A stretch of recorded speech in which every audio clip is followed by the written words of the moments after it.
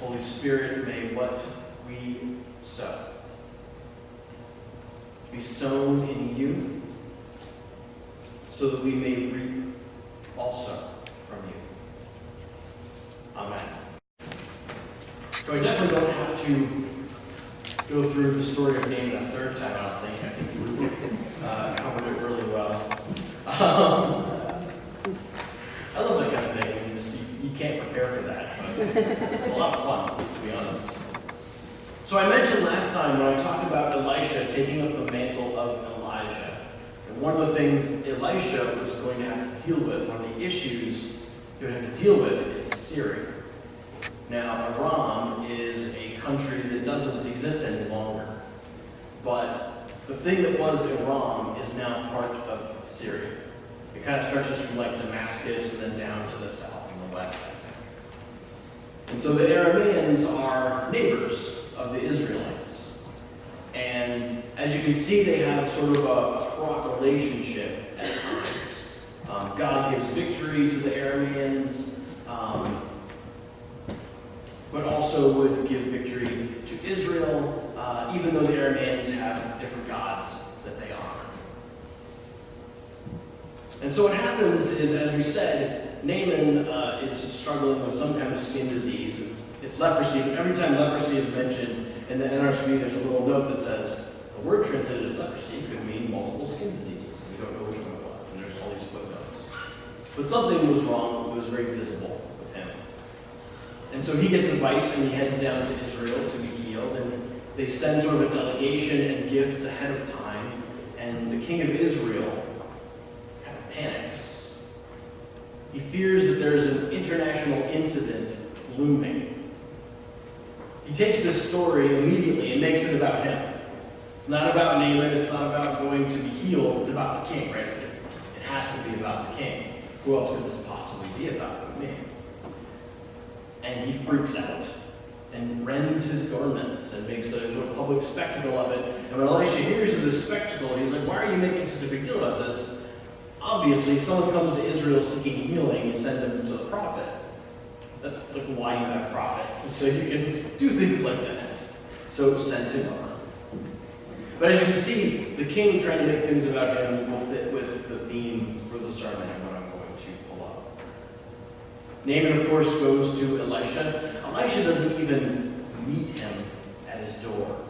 Doesn't come and greet him. There's no delegation, no honors offered at all. Elisha sends a servant to give Naaman his message. Elisha kind of pulls rank on Naaman. This is an insult.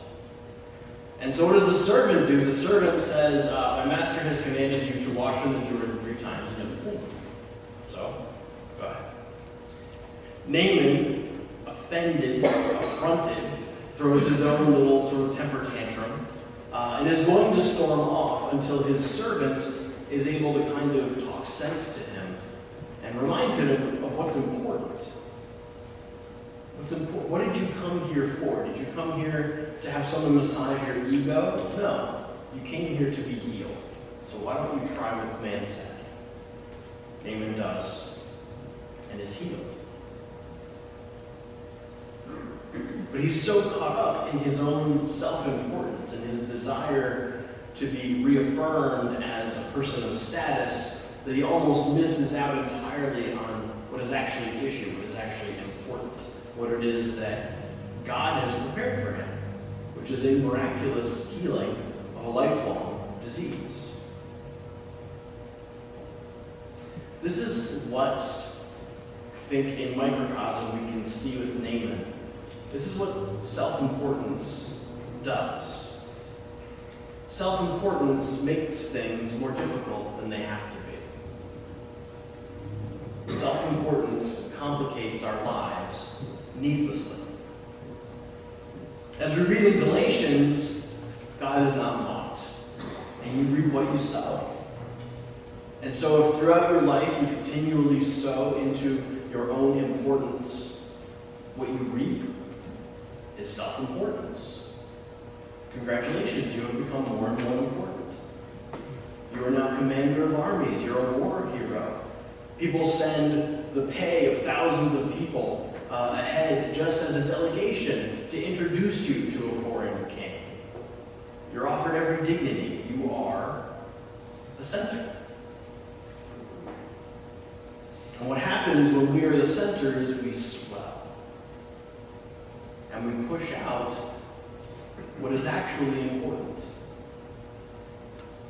And there's no room for things of genuine value. There's no room for God to act. There's just room for us. How this shows for us sometimes in everyday life, I think.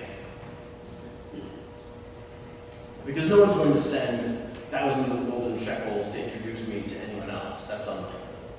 I don't know if that's happened for any of you. If it has, there may be actually an issue. The way this happens for us, I think, is in busyness. I think that one of the ways that we show our status to ourselves and to one another is busyness. That if our life is incredibly full and incredibly busy, we feel like we are important. We feel like we are valuable. Look at all the people who want my time. I must be very valuable to have all these demands on my time. And sometimes I think I even detect this in myself. I think I see it in others sometimes, that we're kind of competing to see who's busiest. Like who's the most exhausted after a long week, who's had the most to do. And sometimes there's even some one-upmanship. Oh, I had to do this, I had to do this. And on and on. And so we get into this cycle of self-importance, where we are sowing into our lives. We're sowing busyness. We're planting busyness. And what do we reap? Busyness. And our life fills up, and there's no room for anything else. And like Naaman, we can totally lose track of what's actually valuable, what is actually at stake. One cure for this self-importance or self-centeredness is to become other-centered. Like we take ourselves out of the center and we put other people in the center.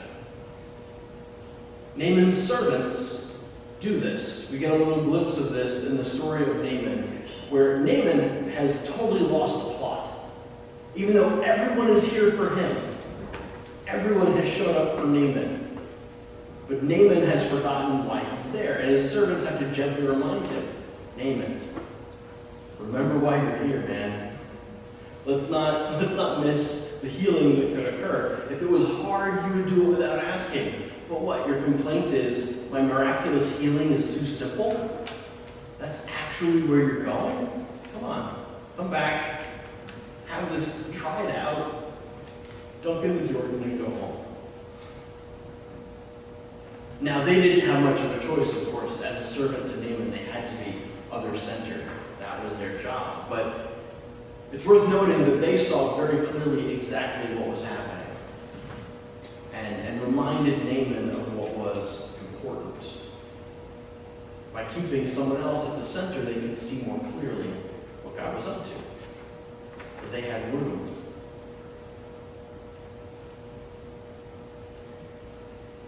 Putting others at the center can also be another way to make things more about us. We could very easily fall into the trap of, I am just so busy putting other people at the center. I'm very important because I'm always helping others, I'm always serving others, I'm always doing charitable work. And once again, we fall into this busyness cycle. Look at all the good that I do. Sometimes putting others at the center means that we step back and we do not do the work. Because if the issue is that we fill our lives up and make our lives complex and fill ourselves up with busyness so that we feel important and valued, if that's the problem, then the solution is to do less.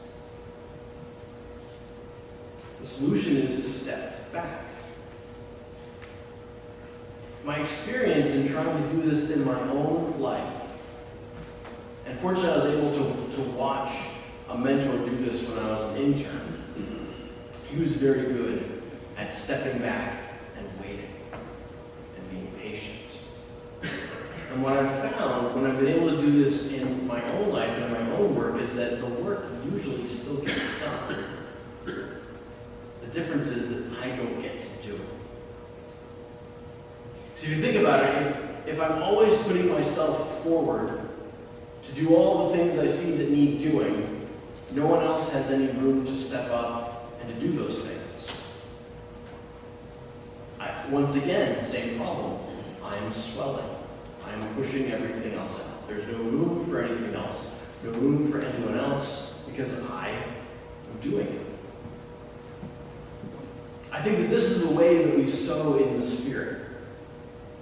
We think of sowing in the Spirit potentially as one more thing to do. Sowing in the Spirit is another task to go on our list of tasks.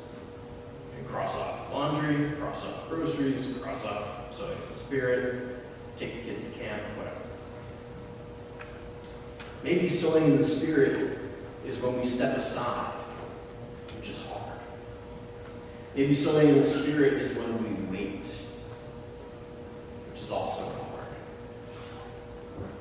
But there's a way of sowing in others, a way of putting others at the center, of inviting other people in by making space in our own life and not filling that space up again immediately. There's another cure for self-importance, for self-centeredness, and that is to be God-centered. The example from our Naaman story I take of a God-centered person is easy. It's Elisha. Naaman is self-centered. The king of Israel is self-centered. But Elisha is God-centered. He has absolute confidence that he can cure Naaman's disease sight unseen. Takes upon himself the weight of preventing an international incident. How does he do this? By staying in his hut and sending his servant to tell Naaman to wash in the river. So all of God's work is accomplished through Elisha. And Elisha accomplishes this work by doing nothing.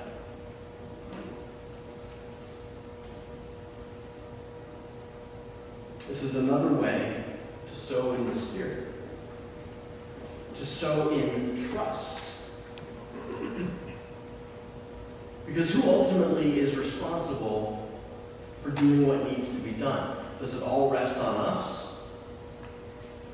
If so, we have some very serious problems. Or does it rest in God, in the Spirit? I think sometimes sowing in the Spirit means we do nothing and make room for the Spirit to work. This could require listening in silence, which is very difficult. This would require waiting and holding ourselves back and not acting, which is very difficult.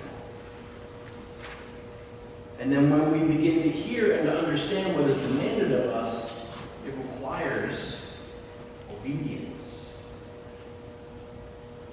which for me is probably the hardest of all.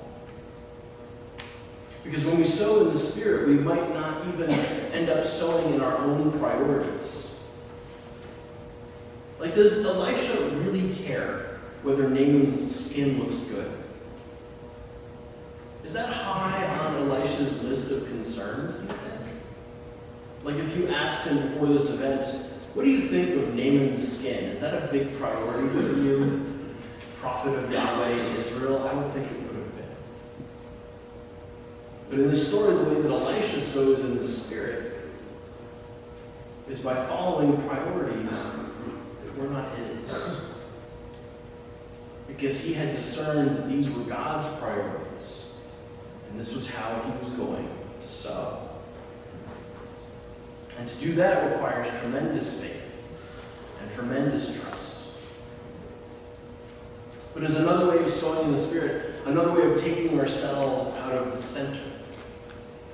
And in this case placing God in the center instead.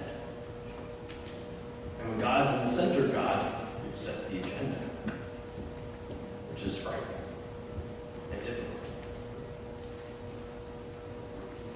Some of us here this morning need to be built up and to be made more of what we think of ourselves.